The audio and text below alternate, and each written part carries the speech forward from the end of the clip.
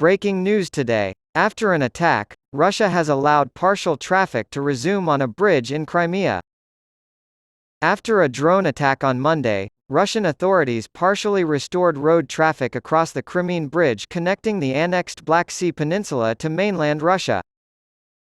Deputy Prime Minister Marat Kuznelin said early Tuesday, as we reported to President Vladimir Putin.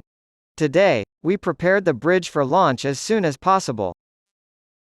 After the bridge spans were checked for structural soundness, Kuznelin posted on the messaging app Telegram that the undamaged lanes were open for two-way traffic. He referred to this system as reverse mode, and it allows vehicles to enter the bridge from both directions simultaneously.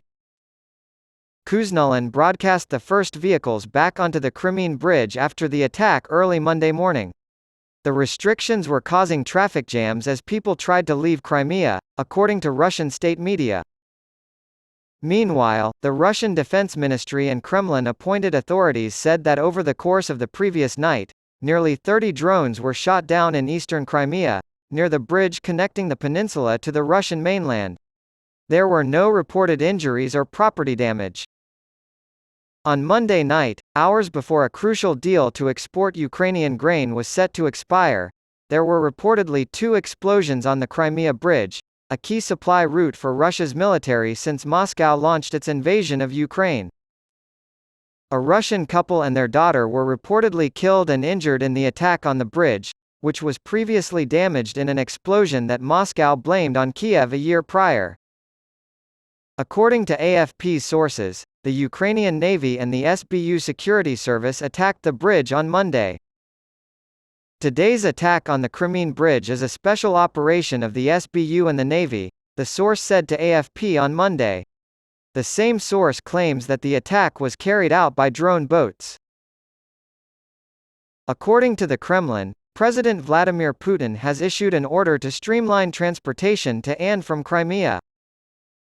Ukraine's capital has repeatedly declared its intent to reclaim territory that Russia illegally annexed in 2014. It will be challenging to overcome Putin's legacy, though it's not terribly likely. Russia and Ukraine's ongoing war began in 2014. That's almost 10 years ago. The current crisis is severe, but it is only the latest in a series of crises that have plagued the world ever since the Soviet Union collapsed 25 years ago. During the last 25 years, there have been brief periods of cooperation between the two sides. Unfortunately, none of these eras were sustainable, at least not for long enough to develop a solid, cooperative relationship. So, what will it mean for Russia, Ukraine, and the rest of the world if Putin's rule comes to an end? The fallout from the Wagner mutiny remains unclear, but it does show that Putin's command structure is beginning to show signs of strain. The question that remains is whether or not these conflicts lead to the collapse of the Russian state, even though Ukraine will likely come out on top. Although the uprising was brief, the doubt it casts over Putin's current power play remains. The rebels withdrew in accordance with the agreement that saw Mr. Prigozhin exiled to Belarus. President Volodymyr Zelensky of Ukraine will benefit from the current instability. To discuss the possibility of a peace agreement with Russia, officials from Ukraine, Turkey, India, Japan, South Africa, and the European Union met in Denmark. Putin's dictatorship in Russia is showing signs of stress. Its end is inevitable, though no one knows when or how it will happen. Even though the final phase could take years, talk and speculation have already begun about how a new state should be formed. Many in the foreign policy community believe that Alexander Bortnikov, the head of the Russian security service the FSB, Nikolai Patrushev, the secretary of the Russian Security Council, and Sergei Glaziev, Putin's economic advisor, are all waiting in the wings to replace Putin. Whoever replaces him won't be able to avoid the need for change.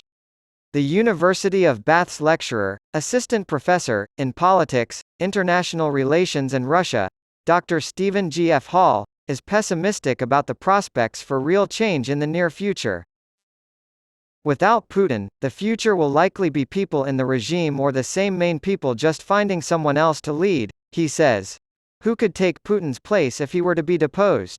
How much hope will it bring, or how much damage will it do to international relations? As Associate Professor in the School of Politics and Economics at King's College London, Mark Berenson claims this is the question worth $1 trillion. Although the development of the rule of law in Russia is unlikely to occur during our lifetimes, it is possible. It is hard to imagine Russia beginning to flirt with anything resembling a democratic transition before the regime that comes after the regime that immediately follows Putin, he says. We are at a critical juncture. There is destruction, but there is also an opportunity for renewal. It's how we get through tough times and keep pushing forward. David D'Abato, a retired U.S. Army counterintelligence special agent and geopolitical analyst, predicts that Nikolai Patrushev, the current head of the Russian Security Council, will replace Putin later this year or early next year. He is in Putin's inner circle, is a hardliner, and has known Putin since their KGB days together. He predicts dire consequences for the West if this scenario plays out, claiming that Patrushev is even more anti-West than Putin. Will life improve in the West? The 2 decades of Putin's rule in Russia may be coming to an end, according to analysts. The West cannot be sure of stability if and when the president leaves office. But what would happen in the world and Russia after Putin? Will Russia finally end its autocratic rule, improve ties with the West, and start moving in the direction of democracy? NTU political communications expert Dr. Colin Alexander offers his thoughts on a potential successor to Vladimir Putin. Like many authoritarian leaders who have built cults of personality around their rule, Vladimir Putin has made it so that his successor in Russia is not immediately obvious. His political influence in Russia is unparalleled. Foreign Minister Sergei Lavrov or ex-Prime Minister Dmitry Medvedev would be more welcome in the Kremlin from the perspective of the West, the European Union, and those in favor of the North Atlantic Treaty Organization. Both are held in higher esteem and are considered more likable than Putin. For instance, during Obama's presidency, Medvedev and Obama got along famously. Lavrov spent 10 years in New York as Russia's UN ambassador. In the United States, his daughter was born. When it comes to Ukraine and other issues of concern to Russia, however, both men's public statements show that they are anything but friends of the West.